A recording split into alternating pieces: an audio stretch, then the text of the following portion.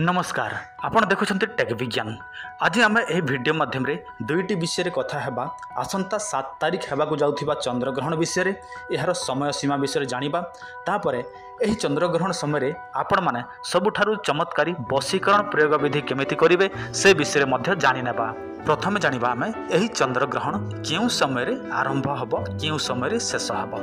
देखंतु सूतक काल आपण मन समस्त जानती सेप्टेम्बर 7 रे अछि चंद्रग्रहण। यार सूतक काल समय होछि 12:57 रे। एही ग्रहणटी आरंभ हबो 9:12 समय आरंभ हबो। जेते बेले 10:09 हबो सेही समय कोन हबो धीरे धीरे चंद्र को आंशिक भाव में ग्रास करने को लगिबो।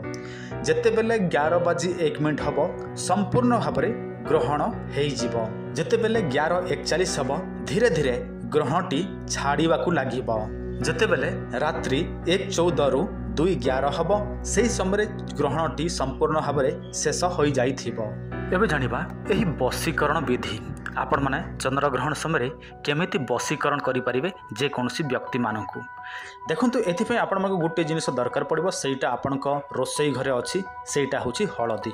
आपण माने एही हळदी माध्यम रे करि परिबे चमत्कारी वशीकरण प्रयोग विधि।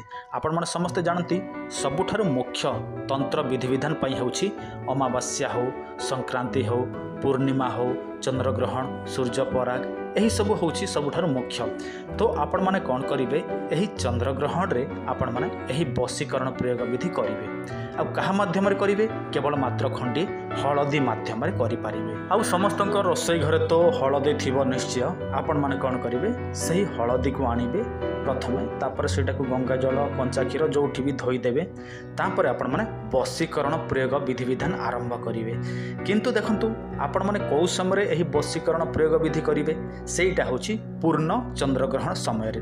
आ पूर्ण चंद्रग्रहण समय कोउटा देखंतु पूर्ण चंद्रग्रहण समय होछि रात्रि 11:01।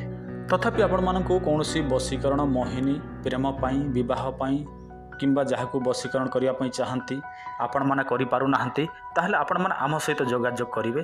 आमे एही चंद्रग्रहण समय अनेक प्रकारर वशीकरण तंत्र मंत्र सिद्धि करिकी आपण मानकु देई पारिबो जोटा आपण माने प्रयोग करिला मात्र के इच्छित व्यक्ति स्त्री हो पुरुष हो आपण कठारे वशीकरण मोहिनी हेकी रही जिवे।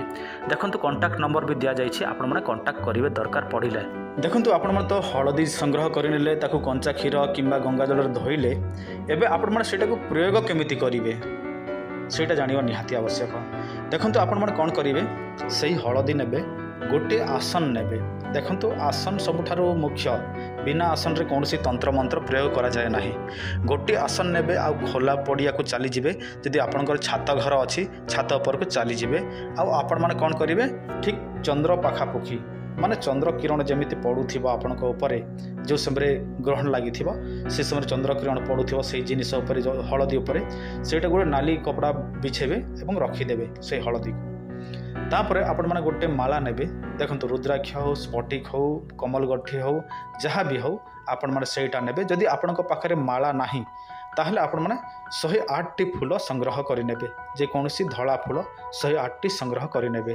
तापरे आपण माने शांत चित्त है कि समस्त वासना को बाहर कर दे कि काम क्रोध मद लोभ यही सब को बाहर कर दे कि शांत मन रे बसी पड़िबे एवं ओम क्लीं क्लीं क्लीं नमः ओम क्लीं क्लीं क्लीं नमः यही मंत्र को आपण माने 108 संख्या रे जप करिवे।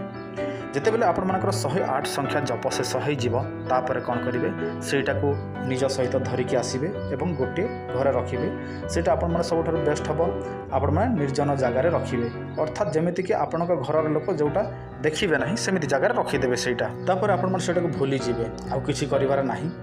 जेते बेले आपण मानकु वशीकरण पर दरकार पड़ो सेते बेले कौन करेंगे सेटा को चुपचाप नहीं कि जीवे कौन सी शिलार सेटा को घोरीबे है कौन सी शिलार सेटा घोरीबे तापर कौन करेंगे निज मथारे लगेबे।